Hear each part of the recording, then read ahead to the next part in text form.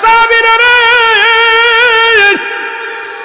তোমরা যদি আমি নবী হাত ধরে জান্নাতে লইব গো,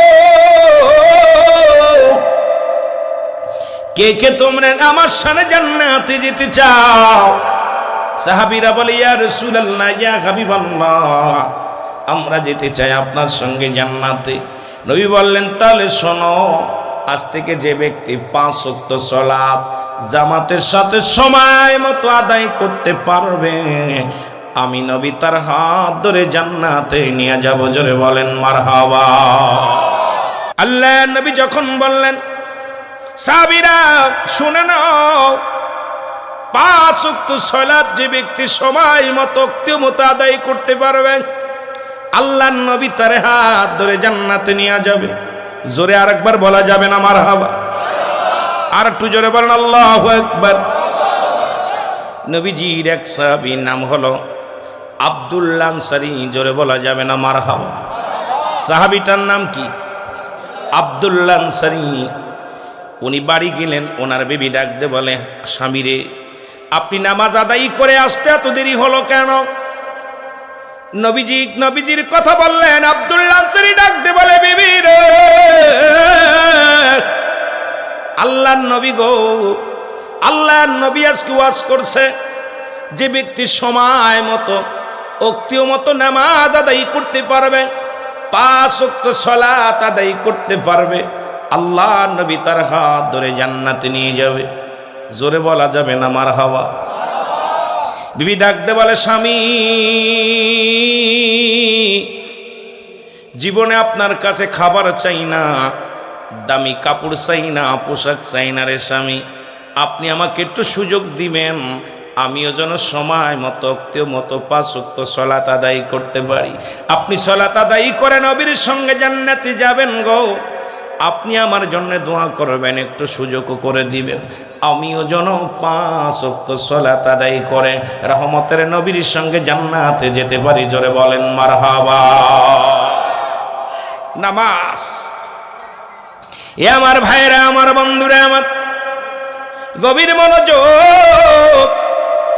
এবার আমাদের বিবিগুলো কি রকম আর নবীর সাহাবীদের বিবিগুলো কেমন?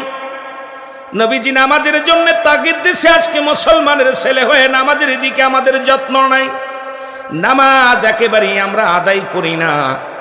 অনেকেই দাড়ি রাখছে, নামাজও পড়ি না, অনেকে নামাজও পড়ে না, দাড়িও রাখে নাই। নবীর সুন্নাতের মধ্যেও গরমিল, নামাজের মধ্যেও গরমিল। নবীজির প্রেমিক হইতে লাগলে নবীর গুণে গুণান্বিত হতে হবে, নবীর আদর্শ আমাদের শিখতে হবে।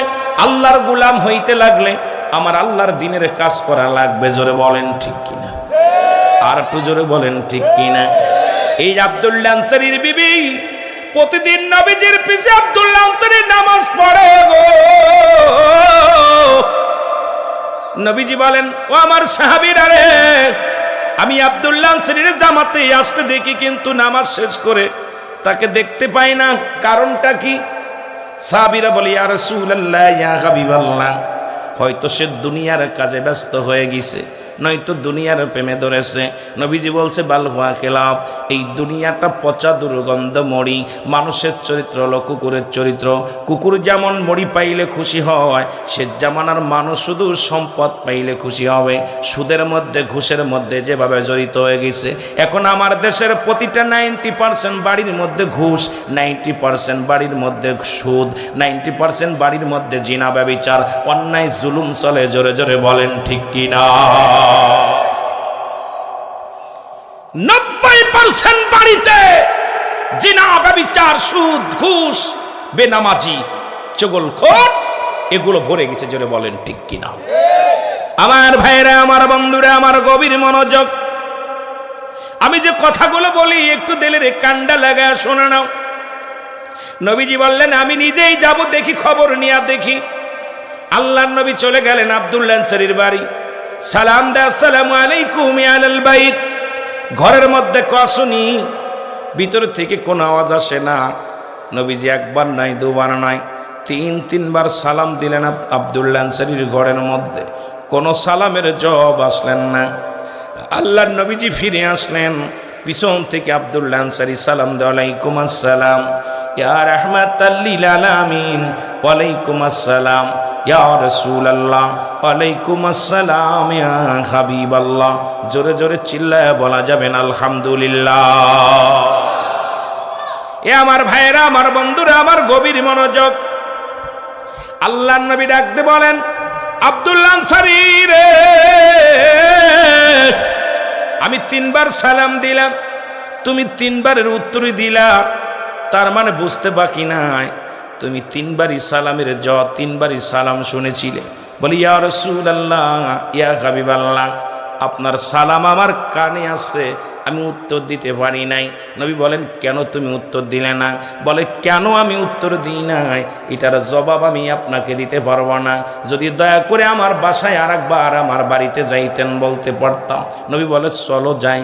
ও মুসলমান, কেমন নবী, কেমন আদর্শবান নবী গ। এবার নবী চলে গেলেন। ও ভাইরা, আমার বন্ধুরা, আমার আল্লাহর নবী আব্দুল্লাহ আনসারী আগে আগে নবীজি যাই গো। বাড়িতে যে যখন দরজা খুলে দিলেন, নবীজি দেখতে পাইলেন বাড়ির মধ্যে বিশাল একটা গর্ত খোঁড়া। নবীজি বললেন, আব্দুল্লাহ আনসারী রে, তোমার ঘরের মধ্যে এত বড় গর্ত কেন খোঁড়া? আব্দুল্লাহ আনসারী বলে, ইয়া রাসূলুল্লাহ, ইয়া হাবিবাল্লাহ, যখন আপনি আমাকে সালাম দিয়েছিলেন তখন আমি উলঙ্গ অবস্থায় এই গর্তের মধ্যে বসা ছিলাম। জোরে জোরে চিল্লায়া বলা যাবেন আল্লাহু আকবার। তখন আমি উলঙ্গ অবস্থায় গর্তের মধ্যে বসেছিলাম। আল্লাহর নবী বলে, আনসারী তুমি কি শুনাইলা গো? আনসারী বলে, নবী গো, আপনার কাছে থেকে যেদিন আলোচনা শুনেছিলাম, আপনি বলেছিলেন যে ব্যক্তি 5 ওয়াক্ত নামাজ, 5 ওয়াক্ত সালাত সময় মতো আদায় করতে পারবে, আমি নবী তার হাত ধরে জান্নাতে নিয়ে যাব। ও বাবারা, শুনে নাও। নবী গো, এই ওয়াজটা আমি বাড়ি এসে বলি আমার স্ত্রীকে। আমার স্ত্রী বলে, স্বামী রে, দুনিয়ার মধ্যে ভালো খাবার চাই না, ভালো পোশাক চাই না, দামি কিচ্ছু চাই না, আপনি আমাকে একটু সুযোগ করে দিবেন, আমিও যেন 5 ওয়াক্ত নামাজ সময় মতো ওক্তীয় মতো আদায় করতে পারি। জোরে জোরে চিল্লায় বলা যাবে না মারহাবা। আমার ভাইরা, আমার বন্ধুরা, আমার আল্লাহর নবী বলে, আনসারী রে, তুমি কি শুনাইলা? বলি, ইয়া রাসূলুল্লাহ, ইয়া হাবিবাল্লাহ, যখন আযান পড়ে যায় আমি আনসারী পাগলের মতো ছুটে যাই, আপনার পিছে সালাত আদায় করে এক দড়ি বাড়ি ফিরে আসি। আবার আমি ওই গর্তের মধ্যে ঢুকে কাপড়টা খুলে দিই। নবী গো, কাপড়টা খুলে দিলে আমার বিবি এই কাপড়টা পণ্যের মধ্যে পড়িয়া নামাজে দাঁড়ায়া যায়, আমি উলঙ্গ অবস্থায় বসে থাকি। আবার যখন নবী গো, আবার যখন আযান পড়ে যায় আমি দৌড়ে নামাজে যাই, বিবি উলঙ্গ অবস্থায় বসে থাকে। স্বামী স্ত্রী মিলিয়া এক টুকরা কাপড়, নবী গো, স্বামী স্ত্রী মিলিয়া এক টুকরা কাপড়। আল্লাহর নবী গো, আপনি যখন আমার সালাম দিয়েছিলেন তখন আমি উলঙ্গ অবস্থায় এই গর্তের মধ্যে বসেছিলাম, এই কারণে সালাম দিতে পারি নাই। আল্লাহর নবী ডাক দেবল, আনসারী আয় আয়, আমি নবী ওয়াদা করলাম, আমি নবী কথা দিলাম রে, তোদের স্বামী জান্নাতে যাব।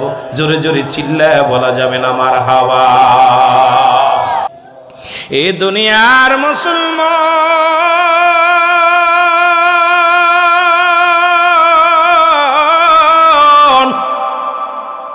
যদি এক টুকরা কাপড়ে স্বামী স্ত্রী দুজন নামাজ আদায় করতে পারে রে, এই লক্ষ্মীপুরের জমিনে যে সবচেয়ে বাড়ি বাড়ি ভিক্ষা করে, যে সবচেয়ে অসহায়, তারও তো এক টুকরা কাপড় নাই। তাহলে নামাজ কেমনে কাজা দিবা, কোন রকম মাপ নাই। নামাজে অলসতা করার মতো কোনো পথ নাই। তুমি অসুস্থ হয়ে গেছো, দাঁড়ায়া পড়তে পারো না, বইয়া পড়তে পারো না, শুয়ে পড়তে পারো না, তুমি ইশারায় পড়ো। তবু কোনো নাবালক নয়, সাবাল্লিকার উপরে, যাদের উপরে নামাজ ফরজ হয়ে গেছে, এটা অস্বীকার করার মতো, বন্ধ করার মতো কোনো পথ নাই। একমাত্র মহিলাদের ক্ষেত্রে আল্লাহ মাফ করেছে। ও মুসলমান শুনে নাও, পুরুষের জন্য কোনো মাপ নাই। তুমি কসরে আসো, 4 জায়গা 2 আদায় করো, তাই বলে তুমি নামাজ ছেড়ে দিবা, আল্লাহর সঙ্গে বন্ধুতাই নষ্ট হয়ে যাবে। যখন তুমি নামাজটা ছেড়ে দিবা, আল্লাহ তোমারে ছেড়ে দিবে। এ মুসলমান শুনে নাও, তা দ্বারা বোঝা যায় বাংলার জমিনে, ও মুসলমান, আমার আল্লাহ যদি ধরে গো, একটা মানুষ আমরা বাঁচতে পারবো না। জোরে জোরে বলেন ঠিক কিনা? একমাত্র কাফের এবং মুসলমানদের মধ্যে নামাজ পার্থক্য। মুসলমান নামাজ ধরে, কাফের নামাজ ছেড়ে দেয়। তাহলে আপনি যখন নামাজ ছেড়ে দিলেন, তাদের অন্তর্গত হয়ে যাবেন। জোরে বলেন ঠিক কিনা? পরের জুম্মায় নবী ওয়াজ করেন, সাহাবীরা রে, তোমরা যদি 2টা জিনিস আমার কাছে জামিনদার হয়ে যাও, 2টা জিনিস যদি ওয়াদা করে যাও, আমি নবী কথা দিলাম তোমাদেরকেও হাত ধরে জান্নাতে নিব। নবীর সাথে জান্নাতে যেতে চাই কি চাই না? জোরে বলেন চাই কি চাই না? নবী বললেন 2টা জিনিস যে ব্যক্তি হেফাজত করবে গো, আমি নবী তার হাত ধরে জান্নাতে নিব। এখন নবীর সাথে জান্নাতে যেতে চান যারা যারা, একটু হাত তোলেন। নবীজি বললেন সেই 2টা জিনিস হলো, 1 নাম্বার হলো 2 গালের মধ্যবস্তু জিহ্বা। এটাকে দিয়ে যারা কন্ট্রোল করতে পারবে, আজ থেকে প্রতিজ্ঞা করবেন মিথ্যা বলবেন না। এই মুখ দিয়ে গাজার মধ্যে টান দিতে পারবেন না, এই মুখ দিয়ে মদের মধ্যে টান দিতে পারবেন না, এই মুখ দিয়ে বিড়ি খাতে পারবেন না, এই মুখ দিয়ে সিগারেট খাতে পারবেন না, এই মুখ দিয়ে কাউকে কষ্ট দিতে পারবেন না, এই মুখ দিয়ে কোনো হারাম জিনিস ভক্ষণ করতে পারবেন না। এই মুখটাকে যদি কন্ট্রোল করতে পারেন, আল্লাহর নবী ওয়াদা করেছে, যে ব্যক্তি আমার কাছে ওয়াদা করলো, তার মুখের মধ্যবস্তু জিহ্বাটাকে কন্ট্রোল করলো গো, আমি নবী তার হাত ধরে জান্নাতে নিয়ে যাব। এখন নবীর সাথে যদি জান্নাতে যেতে হয়, আজ থেকে এই মুখটারে আমাদের পবিত্র রাখার দরকার আছে কি না? 2 নাম্বার নবীজি বললেন, 2 পায়ের মধ্যবস্তু, যেটা পুরুষ লিঙ্গ স্ত্রীলিঙ্গ গো, এই 2টা জিনিস যে ব্যক্তি কন্ট্রোল করতে পারবে, 2 নাম্বার হলো পুরুষ লিঙ্গ স্ত্রীলিঙ্গ। একমাত্র স্বামী স্ত্রী ব্যতীত অন্য কোন নারীর কাছে যাইতে পারবেন না। এক দুনিয়ার মধ্যে স্বামী ব্যতীত অন্য পুরুষের কাছে যাইতে পারবেন না। এই 2টা জিনিস যে ব্যক্তি কন্ট্রোল করবে, আল্লাহর নবী তার হাত ধরে জান্নাতে নিবে। জোরে বলেন মারহাবা। আর একটু জোরে বলো মারহাবা। আমার দেশে যে পরিমাণ পরক্রিয়া শুরু হয়ে গেছে মুসলমান, দুঃখজনক, বাংলার জমিনটা এখন জিনার জমিন হয়ে গেছে। যেদিকে তাকায় সেদিকে জিনা, যেদিকে তাকায় সেদিকে ব্যভিচার। জিনার মুসলমান শাস্তির বিধান শোনা নাও। যে ব্যক্তি দুনিয়ার মধ্যে, যে যুবক, অবিবাহিত যুবক, অবিবাহিত যুবতী গো, এই দুনিয়ার মধ্যে যদি জিনা করে, তার শাস্তির বিধান ভালো করে লেখে নেন বাবা। যে ব্যক্তি বিয়া করে নাই, বিয়া হয় নাই যুবক, এমন যুবক হাজার হাজার যুবক, আমার দেশে হাজার হাজার যুবতীরা স্কুল কলেজ ফাঁকি দিয়া, বাবা মার চোখ ফাঁকি দিয়া, আজকে মুসলমান শুনে নাও, জিনা ব্যভিচারে লিপ্ত হয়ে যায়, ভালোবাসার নামে দেহ বিক্রি হয়ে যায়। আজকে পাপের বোঝা নিয়ে রাস্তায় তোমরা চলো। আজকে তোমার কারণে বাবা মা জাহান্নামী। আমাদের পাপ রাজ্য থেকে ফেরার দরকার আছে কি না? যদি কোনো অবিবাহিত যুবক জিনা করে, বা অবিবাহিত যুবতী যদি জিনা করে, শাস্তির বিধান হলো তার গায়ে 100 ডোরা মারতে হবে। কয়শো ডোরা? জোরে বলেন কত ডোরা? 100 ডোরা মারতে হবে। এমন ভাবে মারতে হবে সে যেন মারা যায়।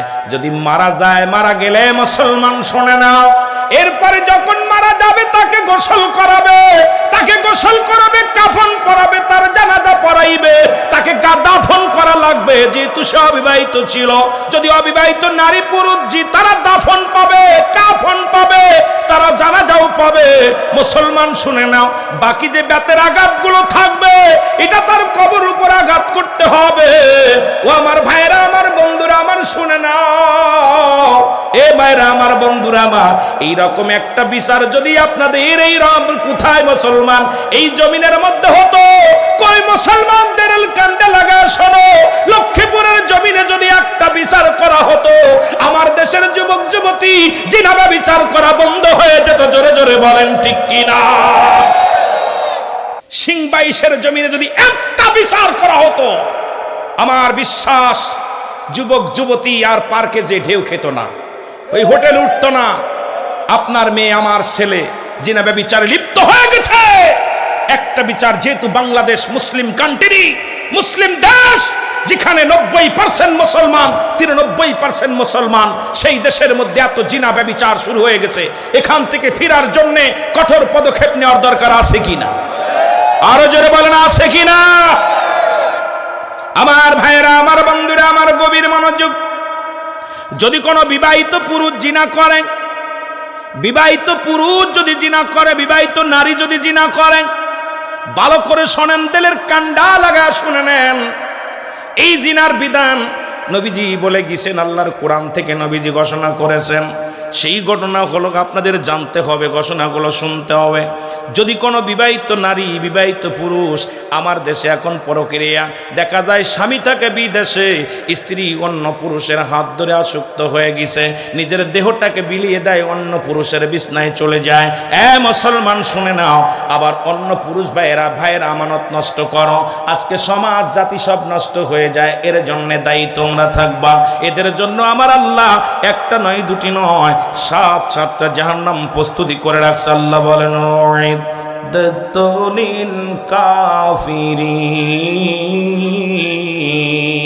কাফের বেঈমান মুনাফিকদের জন্য আল্লাহ তাআলা রেখে দিয়েছে 7টা জাহান্নাম।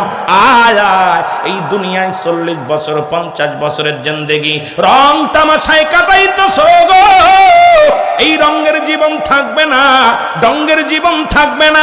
কত রাজা, কত বাদশা, কত টাকাওয়ালা মানুষ এই দুনিয়ার মধ্যে আগমন করেছিল, তারাও দুনিয়া থেকে চলে গেছে। আপনিও আমিও চলে যাব, থাকার জায়গা না, ছিলাম না, থাকবো না। আল্লাহ যাওয়ার আগে আমাদের ঈমানটাকে তুমি মজবুত বানায়া দিও। জোরে জোরে বলো আল্লাহু আকবার। আমার ভাইয়েরা, আমার বন্ধুরা আমার, শুনে নাও, বিবাহিত নারী, বিবাহিত পুরুষ যদি জিনা করে, তার শাস্তির বিধান হলো, সর্বপ্রথম তাদেরকে কোথায়? সর্বপ্রথম তাদেরকে মাটির মধ্যে পুঁততে হবে, নাভি পর্যন্ত পুঁততে হবে। ভালো করে শুনে নেন, আজকে অনেক বলৎকার ধরা পড়ে, বউ থাকতো অন্য পুরুষের সঙ্গে আসক্ত হয়ে যায়। আমার দেশে গত মাসেও দেখলাম প্রায় 900 বলৎকার ধরা পড়ছে 2 মাসে। বড় বড় আলেমরাও ধরা পড়েছে বলৎকার করতে যায়। আজকেও দেখলাম 3 জন, আপনাদের নোয়াখালীর জমিনেও 3 জন ধরা পড়ছে মুসলমান। আরে মুসলমান কত নিকৃষ্ট জাতি হয়ে যায়, পুরুষে পুরুষে জিনা, যেটা ছিল হযরত নূহ আলাইহিস সালামের জামানায়, নারীতে নারীতে জিনা হতো, পুরুষে পুরুষে জিনা হতো। এখন আমার দেশে অনেক হেফজখানা মাদ্রাসায়, অনেক বাবারে বড় বড় মাদ্রাসা দিয়া, বড় সুন্নাহ গায়া দিছি, বিশাল প্রতিষ্ঠান লাগায়া দিয়া, আজকে বলৎকার ধরা পড়ে। এই বলৎকারদের বিচার কি হবে ভালো করে শুনে নেন, দিলের কান্ডা লাগায়া শুনে নেন। হয়তো অনেকের খারাপ লাগবে শুনলে, অনেকের কষ্ট লাগবে মনের ভিতরে, তবুও বলা লাগবে, কারণ আমারও মরা লাগবে। জোরে বলেন ঠিক কিনা? যদি কোনো বিবাহিত পুরুষ, বিবাহিত নারী জিনা করেন, নাভি পর্যন্ত মাটির ভিতরে পুঁততে হবে, কঙ্কাল নিক্ষেপ করতে হবে। এরপরে যতক্ষণ পর্যন্ত না মরবে ততক্ষণ পর্যন্ত পাথর ছুঁড়ে মারতে হবে, কঙ্কাল ছুঁড়ে মারতে হবে।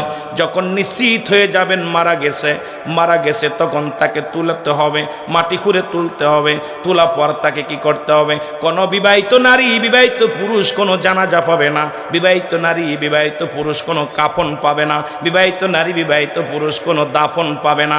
এই জমিনের মধ্যে সশরীরে এই দিবালয়ে মানুষের সামনে ফেলে রাখতে হবে। এদের গোশতগুলো কুকুর শিয়ালে ভাগ করে খাবে, মাটির ভিতরে দেওয়া যাবে না। কারণ মুসলমান শুনে নেন, এটা হলো বিবাহিত নারী বিবাহিত পুরুষের জিনার শাস্তির বিধান হলো, একটা পুরুষ যদি লক্ষ্মীপুরের জমিনে, একটা যদি নোয়াখালীর জমিনে একটা বিচার যদি আল্লাহ পাক যদি আপনাদের ওসিলায় যদি একটা বিচার করতে পারতেন, আমার বিশ্বাস বাংলার জমিনের থেকে বিবাহিত নারী বিবাহিত পুরুষের জিনাবে বিচার বন্ধ হয়ে যেত। জোরে বলেন ঠিক কিনা? কোথায় এর চাইতে নিকৃষ্ট কাজ আর থাকতে পারে না। ইয়া আইয়ুহাল্লাযীনা আমানু, হে ঈমানদার বিশ্বাসীরা, আল্লাহ ডাক দিছি ইয়া আইয়ুহান নাস বলে নাই, আল্লাহ ডাক দিছি ইয়া আইয়ুহাল্লাযীনা আমানু, হে ঈমানদার বিশ্বাসীরা, আদখুলু ফিস সিলমি কাফা, পরিপূর্ণভাবে প্রবেশ করো। কিসের মধ্যে? ইসলামের মধ্যে। ইসলামের আবিধানিক শাব্দিক অর্থ হলো 80 থেকে 82টা। ইসলাম মানে নিজে না খেয়ে অন্যরে খাওয়ানো, ইসলাম মানে নিজে না ঘুমানোর ঘুম পাড়ানো, ইসলাম মানে একত্ববাদ, ইসলাম মানে শান্তি, ইসলাম মানে নারীর সতীত্ব পাহারা দিতে হবে, ইসলাম মানে নিজে দুঃখে থেকে অন্যের সুখে রাখতে হবে, ইসলাম মানে মাদক থেকে দূরে থাকতে হবে। এখন ইসলামের মধ্যে ঢুকছো দাড়ি টুপি জুব্বা লাগাইয়া পাগড়ি বান্ধা, মনে করছো তুমি মুসলমান হইছো, মনে করছো পাগড়ির হুজুর। না, ইসলাম আর হাত দ্বারা, তোমার পা দ্বারা, তোমার চোখ দ্বারা, তোমার বিবেক দ্বারা যদি জাতি বাঁচতে না পারে, তোমার মতো মুনাফিক, তোমার মতো মুনাফিক, তোমার মতো মুনাফিক ইসলামের ক্ষতিকারক। জোরে বলেন ঠিক কিনা? আর একটু জোরে বলেন ঠিক কিনা? নবীজি বললেন, সাহাবীরা রে, আমি তোমাদের আরেকটা আমল শিখাইয়া দিই, সেটা হলো তোমরা কি কেউ কবুল হজের সব পাইতে চাও? সাহাবীরা বলে, ইয়া রাসূলুল্লাহ, ইয়া হাবিবাল্লাহ, কে বা না চায়, কে বা না চায়? নবী বললেন, শুনে নাও, তোমাদের বাড়িতে যাদের পিতা মাতা জিন্দা আছে, বাড়িতে সালাম দিবা, আসসালামু আলাইকুম মা, আসসালামু আলাইকুম বাবা, তোমার আমল নামায় একটা কবুল হজের সব লেখা হয়ে যাবে। জোরে বলেন মারহাবা। সাহাবীরা চোখের পানি ছেড়ে কান্দে।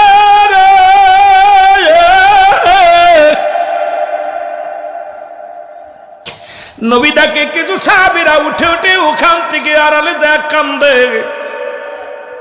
নবীজি যা বলে, সাহাবীরা রে, তোদের চোখে কেন পানি, তোদের চোখে কেন পানি রে? সাহাবীরা বলে, নবী গো, সবে মাত্র 15 দিন হলো আমার বাবা দুনিয়া থেকে বিদায় হয়ে গেছে, মাসখানে হলো মা দুনিয়া থেকে বিদায় হয়ে গেছে, বছর হয়ে গেল মা বাবা বিদায় হয়ে গেছে, গত সপ্তাহে আব্বা মা বিদায় হয়ে গেছে। এই আমলটা যদি আগে পাইতাম তাহলে এত বড় নেকি থেকে আমরা মারহুম হতাম না। আমার নবী বলে, সাহাবীরা রে, তোরা কি আমার মতো এতিম? আল্লাহ ডাকতে বলে, হাবিব, আমি আপনার এতিম বানাইলাম। এমন এতিম আমার নবীজি মাত্র যখন 6 মাস মায়ের গর্ভে বাবা দুনিয়া থেকে বিদায়, যখন 6 মাস 6 বছর বয়স, যখন মা দুনিয়া থেকে বিদায়, 6 বছর 6 মাস বা 7 মাস যখন বয়স, নবীজির দাদা আব্দুল মুত্তালিব বিদায়। দুনিয়ার মধ্যে এত আছে রে, নবী কান্দার বলে, সাহাবীরা রে, আমি এতিম, আমার মা নাই, আমার বাবা নাই। নবীর চোখে পানি দেখে আমার আল্লাহ ডাকতে বলে, হাবিব,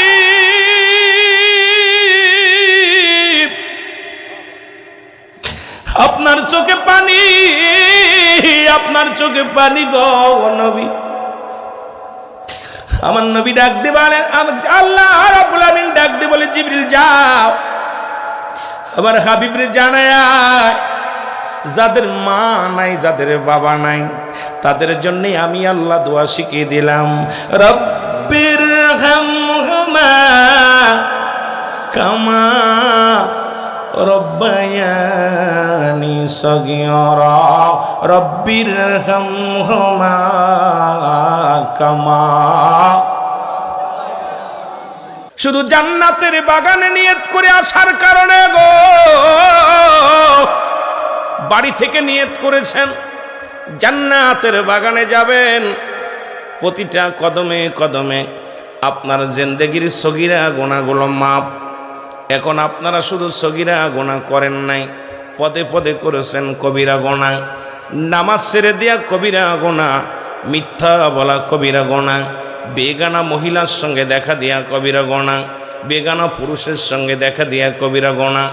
যদিও নোয়াখালীর জমিনটা পর্দার দিকে শ্রেষ্ঠ আছে গো, তবে এখন পশ্চিমে হাওয়া এসে লেগেছে নোয়াখালীর জমিনে। এখনো বেপরদা বেপানা আমার সমাজ, আমার জাতি নষ্ট হয়ে গেছে। জোরে বলেন ঠিক কিনা? এ মুসলমান গভীর মনোযোগ, আমি যে কথা বলতেছিলাম গো, বেগানা মহিলার সঙ্গে দেখা দেয়া হারাম। এক কথায় যাদের সঙ্গে বিয়ে করা জায়েজ তাদের সঙ্গে দেখা দেয়া হারাম, যাদের সঙ্গে বিয়ে করা হারাম তাদের সঙ্গে দেখা দেয়া জায়েজ। আজকে আমার জাতি, আমার সমাজ, খালাতো ভাই, মামাতো ভাই, ফুফতো ভাই, ফুফতো বোন, মামাতো বোন, চাচাতো বোন, জাতিটারে শেষ করে দিল। এদের সঙ্গে কিন্তু দেখা দেয়া শরীয়তের বিধান নাই, এদের সঙ্গেই দেখা দেওয়াও হারাম। আজকে এদের সঙ্গে আজকে গোটা বিশ্ববাসী ভাইয়েরা শুনে নাও, গোটা বাংলার মানুষ শুনে নাও, লক্ষ্মীপুরের বাজানেরা শুনে নাও। মুসলমান শোনো, যে কথা বলতেছিলাম দিলের কান্ডা লাগায় শোনো। এই গুনাহগুলো কবিরা গুনাহ, মিথ্যা বলা কবিরা গুনাহ, নামাজ ছেড়ে দিয়া কবিরা গুনাহ। এখন নামাজের কথা যদি বলি, কজন মানুষ নামাজ আদায় করেছেন? হাতে গোনা কজন মানুষের উঠবেন, বাকিগুলো বেনামাজি। আজকে শতকরা মুসলমান বলে দাবি করি, শতকরা 40% মানুষও নামাজি হতে পারি নাই। এই নামাজের ওয়াজ কার কাছে করার দরকার? নামাজের ওয়াজগুলো করার দরকার ছিল মুসলিমদের কাছে, দিনের দাওয়াত পৌঁছায় দেওয়ার দরকার ছিল গো অমুসলিমদের কাছে। আজকে মুসলমান হয়ে মুসলমানের কাছে দাওয়াত দিতে হয়, এর সেইতে লজ্জার থাকতে পারে না। জোরে বলেন ঠিক কিনা? আল্লামা কুতুবী রাহমাতুল্লাহ বয়ান করেন, দুনিয়ার মুসলমান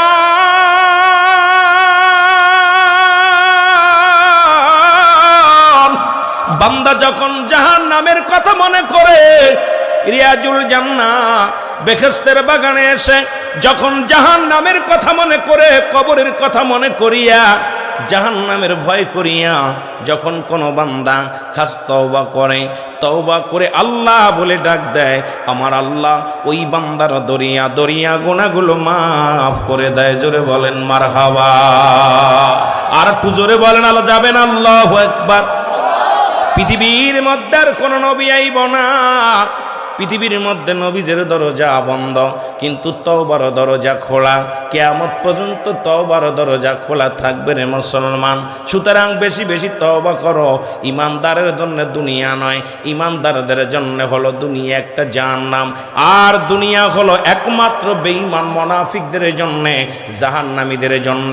ইমানদার দুনিয়া ছেড়ে দাও, দুনিয়ার পিছে না ঘুরিয়ে আল্লাহ রাসূলের প্রেমে অন্বেষণ করো, তবেই দুনিয়াতে শান্তি আসবে। তবে আল্লাহ আল্লাহর দ্বীনের পথে থাকার দরকার আছে কি না? এই দুনিয়ার মুসলমান,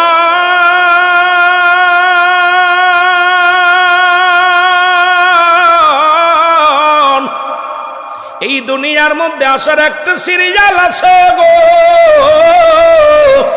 যার কোনো সিরিয়াল নাই। ঠিক কিনা? এই পৃথিবীর মধ্যে আসার একটা সিরিয়াল আছে, যার কোনো সিরিয়াল নাই। ও মুসলমান, পৃথিবীর মধ্যে মানুষের মৃত্যু হয় দুইটা টাইমে, একটা হলো রাতের বেলা, একটা হলো দিনের বেলা। আল্লাহ তাআলা দিন শুরু করেছে নামাজ, রাতও শুরু করেছে নামাজ। আল্লাহ নবী ঘোষণা করে, সাহাবীরা রে তোমরা কে কে আমার সঙ্গে জান্নাতে যেতে চাও? সাহাবীরা বলে, ইয়া রাসূলুল্লাহ, ইয়া হাবিবাল্লাহ, আমি আপনার সঙ্গে জান্নাতে যেতে চাই। আমার নবী বললেন, সাহাবীরা শোনো, যে ব্যক্তি 5 ওয়াক্ত সালাত নামাজ সময় মতো আদায় করতে পারবে, আমি নবী তার হাত ধরে জান্নাতে নিয়ে যাব। এখন রাসূলুল্লাহর সঙ্গে কে কে জান্নাতে যেতে চান একটু হাত দুখানা তোলেন। আমার ভাইরা, আমার বন্ধুরা, আমার গভীর মনোযোগ। এই জন্য হযরত উমর ফারুক রাদিয়াল্লাহু তাআলা আনহুর কদমের মধ্যে এক বৃদ্ধা তার সন্তানকে হাত ধরে টেনে নিয়ে আসলেন। আল্লাহু আকবার। আর একটু জোরে বল, আল্লাহু আকবার। উমর ফারুক হাত ধরে টানতে টানতে উমর ফারুকের কদমে আনলেন। খলিফা হযরত ওমর বসে আছেন, বিদ্বেষে বলে আমিনুল মুমিনিন, আমি আমার ছেলেকে আনছি, আমার ছেলের বিচার করা লাগবে, আপনার বিচার করা লাগবে। বাবা সন্তানের হাত ধরে আনছে খলিফার কাছে, বিচারের জন্য নিয়ে আসছে। মনে রাখবেন কথাটা বাবা। খলিফা হযরত ওমর ফারুক ডাক দিয়ে বলে, বিদ্যা এ কি তোমার ছেলে? বলে হ্যাঁ। ছেলেরে এটা তোমার বাবা? বলে জি আমার বাবা। বলে তোমার বিচার করা হবে। বলে কি অন্যায় করেছে বলেন? বলে 1 নম্বর অপরাধ, আমার ছেলের 1 নম্বর অপরাধ, আমার ছেলে মাদক সেবন করে। কি করে? যারা বলেন কি করে? মাদক সেবন করে। 2 নম্বর অপরাধ আমার ছেলে, সে দুনিয়ার মধ্যে মানুষ হত্যা করেছে। 3 নম্বর অপরাধ, আমার ছেলে দুনিয়ার মধ্যে জিনা ব্যভিচার করে। 3টা অপরাধ ছোট না বড়? যারা বলেন 3টা অপরাধ ছোট না বড়? খলিফা হযরত ওমর ফারুকের চোখ দুটি লাল হয়ে গেছে, গায়ের পশমগুলো খাড়ায় গেছে, রাগে টকবক, একদম পুরো গায়ের রক্তগুলো টকবক করে। খলিফা ওমর হাতের মধ্যে তরবারি নিয়ে ডাক দিয়ে বলে, যুবকরে তুমি সত্য করে বলো, তুমি কি মাদক সেবন করো? বলে জি হুজুর, আমি মাদক সেবন করি। বলে তুমি কি জানো না মাদক সেবন করা কবিরায় গোনা? তুমি এটা করলে কেন? মাদক সেবন করলা? বলে হুজুর আমি জানি। এর কয়ের বিচার কি? তুমি মৃত্যুদণ্ড। কয় হুজুর আমি জানি, আপনি যে রায় দিবেন আমি সেটা মেনে নিব। হুজুর আমি 1 নম্বর অপরাধ করেছি, আমি মাদক সেবন করেছি। কয় হ্যাঁ, যেটা বিচার করবে এটা আমি মেনে নেব। 2 নম্বর অপরাধ, যুবক তুমি কি করেছো? তুমি কি মানুষ হত্যা করেছো? বলে জি। তুমি কি জানো হত্যার বদলে হত্যা, তোমাকেও শিরচ্ছেদ করা হবে? বলে হুজুর জানতাম না, আপনি বলেছেন এটা যেই বিচার করবেন আমি মেনে নিলাম। 3 নম্বর অপরাধ, যুবকরা তুমি জিনা ব্যভিচার করেছো? বলে জি হুজুর আমি জিনা ব্যভিচার করি। বলে এটার বিচারের তোমার কঠিন বিচার হবে। হুজুর বলে যা আপনি যে বিচার করবেন আমি যুবক মাথা পেতে মেনে নিলাম। জোরে জোরে চিল্লায় বলা যাবে না আল্লাহু আকবার। আমিও মেনে নিলাম, 3টা বিচারই আমি মেনে নিলাম। খলিফা হযরত ওমর ফারুক তরবারি নিয়ে যখন সামনের দিকে অগ্রসর হয়েছে, যুবক ডাক দিয়ে বলে, আমিনুল মুমিনিন আমি জানি আপনি একজন ন্যায় বিচারক, আপনার কাছে কোনো অন্যায় বিচার পাবো না। এই জন্য আমার বাবাই যখন আপনার কদমের মধ্যে আসতে বাসতে বলেছিল তখন আমি জোরাজুরি করি নাই, আমার বাবার হাত ধরে আমি চলে আসছি। আপনি যে বিচার করবেন আমি মাথা পেতে নিলাম, তবে আমার বিচারের আগে আমার বাবার বিচারটা আগে করা লাগবে। জোরে বলো আল্লাহু আকবার। খলিফা হযরত ওমর ফারুক ডাক দিয়ে বলে, যুবক তুমি কার বিরুদ্ধে অভিযোগ করো? তুমি কি জানো না? তুমি তোমার বাবার বিরুদ্ধে অভিযোগ করো।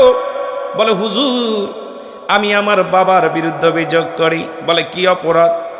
1 নম্বর অপরাধ, সে আমাকে আমার একটা ভালো মা দেয় নাই। আমাকে যে মাটা দিছে সেই মা হলো বেপরদায় চলে, সেই মাটা হলো জিনাকারিনী, সেই মা বেগানা পুরুষের হাত ধরে চলে, বাজারে ঘাট করে পুরুষের নেয়। বাবারা শুনে নাও, দাউস এক কথায় দাউস। দাউস কারা? দাউস পুরুষ, দাউস মহিলা। যে বাদার সন্তান দাউস পুরুষ, জান্নাতার পিতামাতা বিনা হিসেবে জাহান্নামে যাবে। দাউসের পিতামাতা বিনা হিসেবে জাহান্নামে যাবে। এখন দাউস কারা আমাদের জানা লাগবে, আগে বোঝা লাগবে রে মুসলমান। কোথায় ওয়াজ রাখি মনে রাখবেন। এ বাবারা, এই নবীজি বলছে দাউসের পিতামাতা বিনা হিসেবে জাহান্নামে যাবে। এখন মহিলা দাউস আর পুরুষ দাউস আমাদের চেনা লাগবে। পুরুষ দাউস গুলো যারা পুরুষ কুলে জন্ম নিয়া, এ মুসলমান শোনা নাও, পুরুষ কুলে জন্ম নিয়া যারা গলার মধ্যে সোনার চেন দেয়, হাতে চুড়ি দেয়, নাক ফুরায়, কান ফুরায়, মহিলাদের মতো কথাবার্তা বলে, মহিলাদের মতো উন্না টানে, এই সমস্ত পুরুষগুলো হলো দাউস।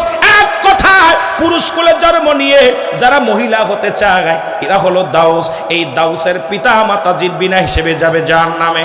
আর এই দাউসগুলো শিখানোর জন্য আমার দেশের কিছু নেতা আছে যারা শরীফ থেকে শরীফা বানায়া ছাড়ছে। জোরে বলেন ঠিক কিনা?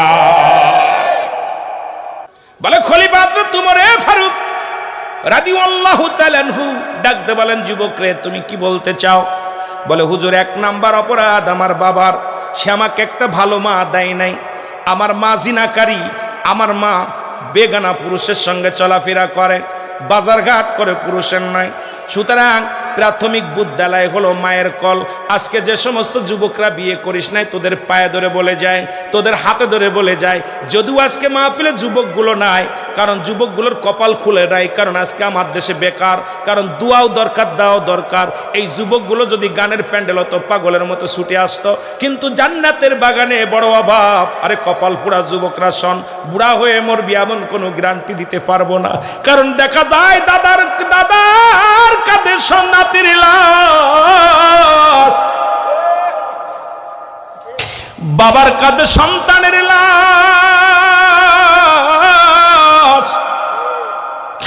কখন দুনিয়া থেকে চলে যাব কেউ বলতে পারি না। কত যুবকরে বিদায় করে দিলাম, কত যুবকরে কাফন পরাইলা, দাফন করাইলা, কিন্তু আমার যুব সমাজ কেন বোঝে না রে বাবা? এই যুবকদের জান্নাতের সরদার হবে আল হাসান আল হুসাইন, যুবক বয়সী হবে জান্নাতি। এই যুবকদেরই দরকার ছিল জান্নাতে আগে আসার, জোরে বলেন ঠিক কিনা? আমার ভাইয়েরা, আমার বন্ধুরা, আমার শোনে নাও,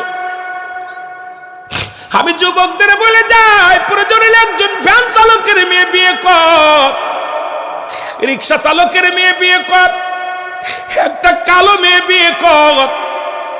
আজকে আমার যুব সমাজ সুন্দরী পূজারী হয়ে গেছে, সুন্দরী চামড়া পাইলে আর তাদের মাথায় কাজ করে না। আগের যুগে যখন বিয়া হতো, আগে দেখতো মাতৃকুল পিতৃকুল, মেয়েটা কোরআন পড়তে পারে কিনা, মেয়ের বাবা মা পর্দা করে কিনা, হালাল করে বান্দা বান্দি কিনা। আজ আমাদের সমাজ, আমাদের ছেলেরা এখন আর এগুলো দেখার প্রয়োজন আসে না, খালি দলা চামড়া দেখলেই পাগল হয়ে যায়। এই ঘোড়ার মতো যারা খিলখিল করে বেড়ায় রাস্তা দিয়া, এগুলোর এই নজরে লাগে। এদের পেট থেকে ভালো জাতি আসা সম্ভব করা সম্ভব নয়, কারণ গাউসে পাকের মতো সন্তান যদি আনতে হয়, ও মুসলমান, উম্মুল খায়ের ফাতেমার মতো আদর্শবান মায়ের দরকার। আজকে যে সমস্ত মারা জর্জেট কাপড়, পাতলা কাপড় পরিধান করে, ওর ভিতর থেকে কি আশা করতে পারে রে মুসলমান? শুনে নাও, শুনে নাও, এ বাবারা, দিলের কান্ডা লাগা শুনে নে। একটা গরিবের মেয়ে বিয়ে কর, একটা কালো মেয়ে বিয়ে কর। যে মেয়েটা কোরআন পড়তে পারে, যে মেয়েটা পর্দা করে, যে মেয়েটা নামাজের বিধান জানে, যে মেয়েটা পর্দার বিধান জানে, যে মেয়েটা পর্দা মেনে চলে, যে মেয়েটা তার বাপ মার, শ্বশুর তার মা, শ্বশুর শাশুড়ির খেদমত করে, এমন একটা আদর্শবান বিবি যদি দুনিয়ার মধ্যে পাও, তোমার জিন্দেগি সুন্দর হবে। দুনিয়াতেই কি জান্নাতের কিছু নিয়ামত পাবা, জোরে জোরে চিল্লায়া বলা যাবে না, ঠিক কিনা?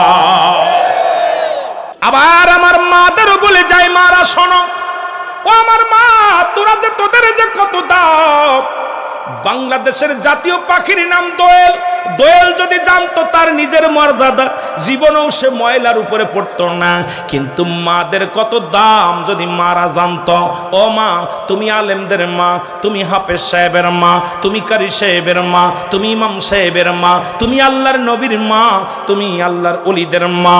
ও মা, তোদের বড় দাম রে মা, তোদের বড় দাম। এই দামটা নষ্ট করিস না। তোরা যত হেফাজতে থাকবি, তোদের মর্যাদা ততই বাড়বে। জোরে জোরে বলেন ঠিক কি না? আমি মাদের বলে যাই, মারা শোনো গো, এরা বিয়ের আগে দাবি করবা দাদার কাছে, দাদির কাছে, মায়ের কাছে, আমারে যার সঙ্গে বিবাহ দিবা, ও মা, একজন ভ্যান চালকের সাথে দাও, দুঃখ নাই, রিক্সা চালকের সাথে দুঃখ নাই। ওরে ওই সন্তানটা সারাদিন পরে আমারে হালাল খাদ্য খাওয়াইবে, 5 ওয়াক্ত সালাত আদায় করবে, আমারে পর্দার ভিতরে রাখবে। আমি বাড়ি চাই না, গাড়ি চাই না। ও মা, মারে তোদের পায়ে ধরে বলে যায়, এমন একটা স্বামী ধর, যে স্বামী তোরে সারা জীবন পর্দার মধ্যে রাখবে। এমন একটা স্বামী ধর, যে স্বামী তোরে হালাল খাদ্য খাওয়াইবে। আরে ঘুষ খাইয়া, সুদ খাইয়া, এ মা শুনালে রে মা, ওরে দামি বাড়ি, দামি গাড়ি পাইয়া, ওই ফ্যান ছাদ পরা ছেলে বিয়া কইরা, আরামখোর বান্দারে বিয়া কইরা, এই দুনিয়াতেও কষ্ট, আখিরাতেও কষ্ট পাবি রে মা। বিয়ের আগে বলবি, আমার যিনি স্বামী হবে সে হালাল খাদ্য খায় কিনা।